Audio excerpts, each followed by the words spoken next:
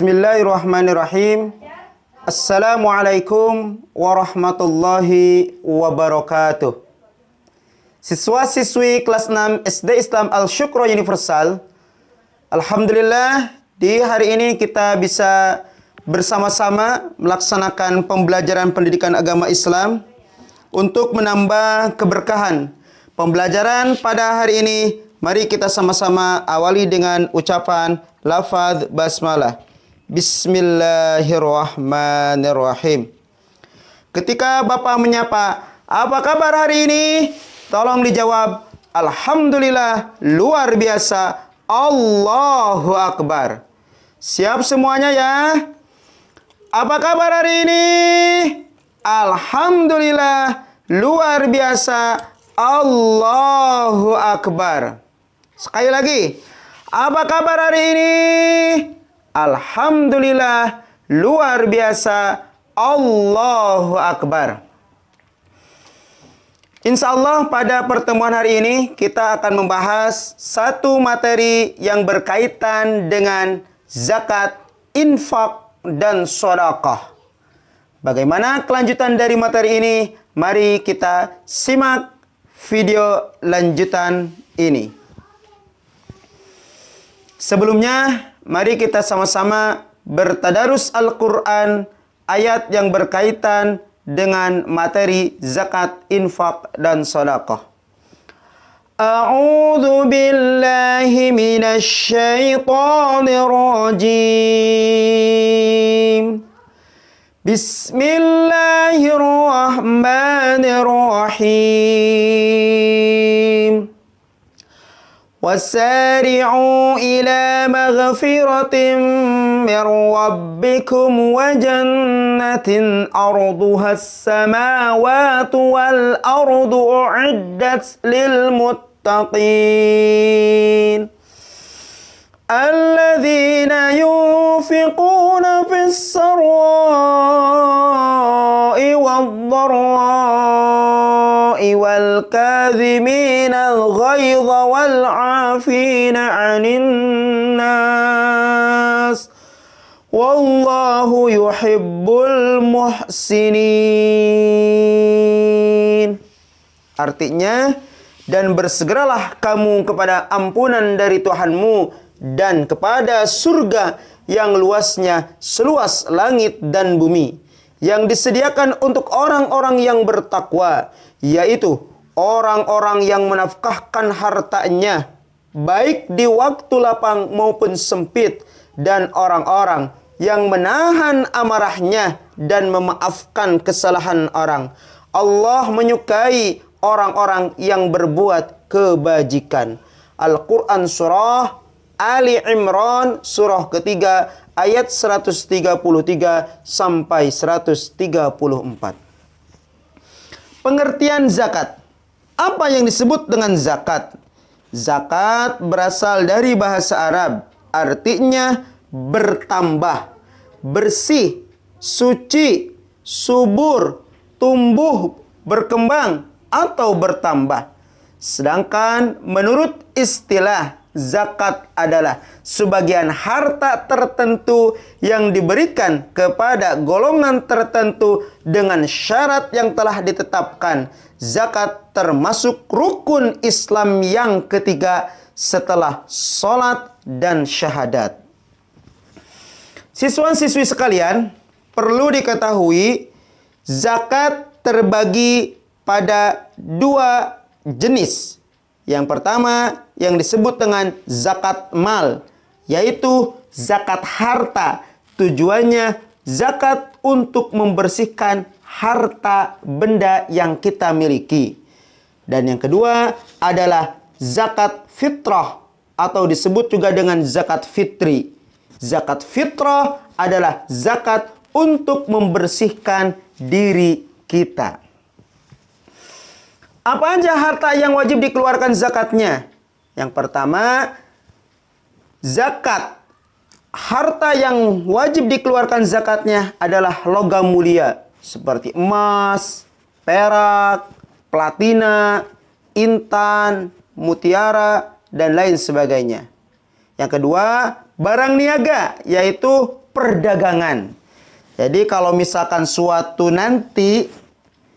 saat nanti ketika kalian sudah dewasa dan memiliki bisnis atau memiliki pabrik yang pendapatannya sudah mencapai ratusan juta bahkan miliaran, nah itu wajib dikeluarkan zakatnya.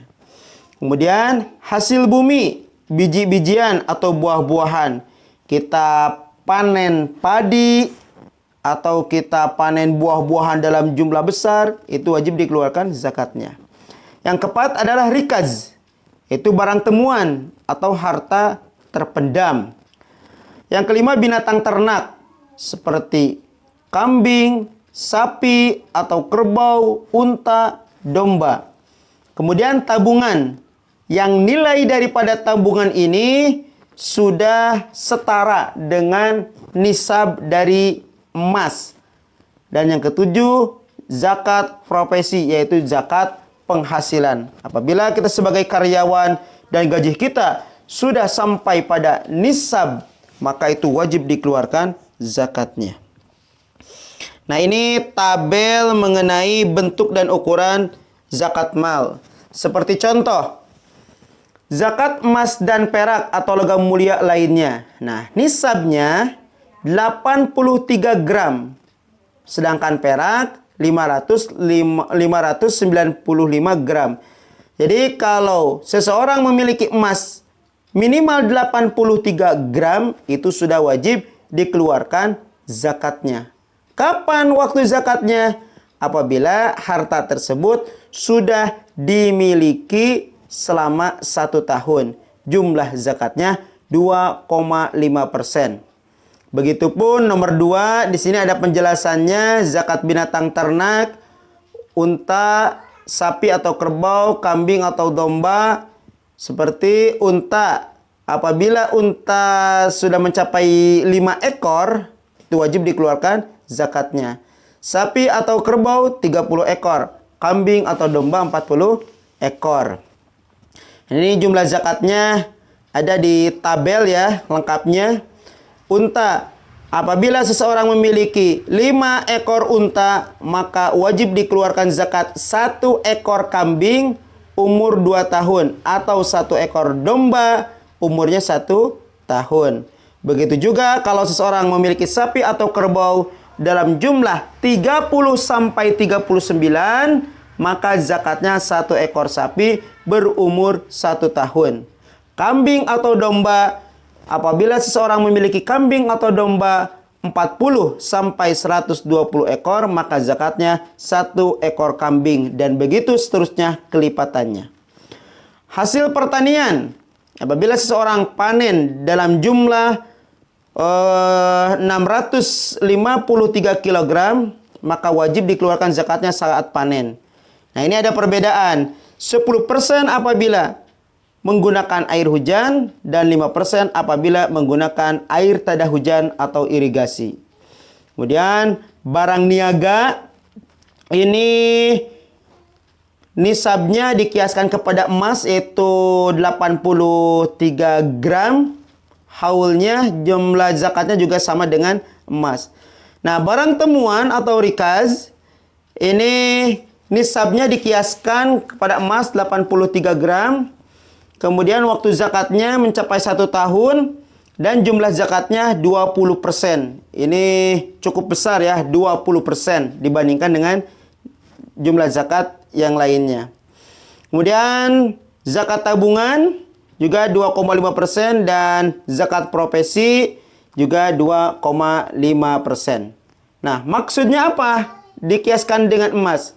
Jadi kalau misalkan harga emas pada saat ini 1 juta dikali 83 gram berarti 83 juta.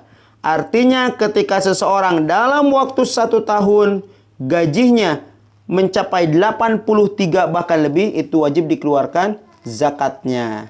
Dan zakat-zakat yang lain pun biasanya dikiaskan dengan kias, yaitu kias kepada emas. Nah, lalu selanjutnya ukuran zakat fitrah. Zakat fitrah yaitu zakat untuk membersihkan dan mensucikan jiwa atau diri seseorang setelah melaksanakan puasa Ramadan. Zakat fitrah wajib dikeluarkan oleh setiap orang Islam, laki-laki atau perempuan, besar atau kecil, merdeka atau hamba sahaya. Besarnya zakat fitrah yaitu makanan pokok yang mengenyangkan sebanyak 3,5 liter atau 2,5 kilogram. Karena mayoritas penduduk Indonesia makanan pokoknya adalah beras, berarti zakat dengan beras sebanyak 3,5 liter atau 2,5 kilogram. Atau juga boleh diuangkan seharga makanan pokok tersebut. Selanjutnya, mustahik. Mustahik adalah orang yang berhak menerima zakat. Kalau tadi orang yang mengeluarkan zakat namanya muzaki, orang yang wajib mengeluarkan zakat. Nah, sekarang disebut dengan mustahik, yaitu orang yang berhak menerima zakat. Ada 8 golongan orang yang wajib menerima zakat. Yang pertama yaitu fakir. Yang disebut dengan orang fakir yaitu orang yang tidak mempunyai harta dan pekerjaan untuk memenuhi kehidupannya.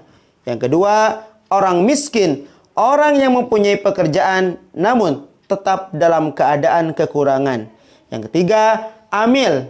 Pengurus zakat. Orang yang diberi tugas untuk mengumpulkan dan membagikan zakat. Keempat, mu'alaf, yaitu orang yang baru masuk agama Islam yang imannya masih kurang atau lemah. 5. Riqab, atau disebut juga memerdekakan budak. Mencakup juga untuk melepaskan muslim yang ditawan orang-orang kafir. Keenam, orang yang berhutang, yaitu orang yang berhutang untuk kepentingan umum. Ketujuh, sabilillah, yaitu orang yang senantiasa berjuang dan berada di jalan Allah untuk keperluan pertahanan Islam dan kaum muslimin. Kedelapan, ibnu sabil, yaitu orang yang sedang dalam perjalanan yang diperbolehkan perjalanannya. Nah, selanjutnya, selain zakat, ada juga pemberian lainnya. Yang pertama, ada yang disebut dengan wakaf, yaitu pemberian harta benda yang tahan lama dan permanen, seperti tanah untuk digunakan sebagai tempat ibadah, masjid atau musala, pemakaman, dan kepentingan umum. Ada lagi yang disebut dengan hibah, yaitu pemberian yang dilakukan secara sukarela kepada orang lain. Yang ketiga, fidyah, yaitu pemberian yang wajib dikeluarkan sebagai penebus karena tidak mampu melakukan kewajiban. Contoh, seseorang yang mendapatkan udzur syar'i sehingga tidak mampu melaksanakan puasa, maka wajib baginya membayar fidyah sebagai pengganti puasa. Dan yang terakhir yaitu riswah, yaitu pemberian uang atau barang kepada seseorang atau lembaga dengan tujuan mempermudah urusan sehingga tercapai dan berhasil apa yang diinginkan. Riswah dikenal juga dengan suap, menyuap, menyogok, dan haram hukumnya. Nah, setiap sesuatu yang diperintahkan agama pasti mengandung hikmah. Berikut hikmah dari pelaksanaan zakat, infak, dan sedekah. 1. Menyempurnakan keimanan dan ketaatan. 2. Menumbuhkan sikap kepedulian sosial, kedermawanan, dan menghindarkan diri dari sifat kikir. Ketiga, membersihkan dosa dan menyelamatkan seseorang dari panasnya hari kiamat. Keempat, menenangkan hati, rizki dilancarkan dan berkah. 5. Mendatangkan berbagai macam kebaikan dan pahalanya akan terus mengalir tiada putus. Keenam, amal salih yang akan diganti dan dilipatkan oleh Allah Subhanahu wa ta'ala.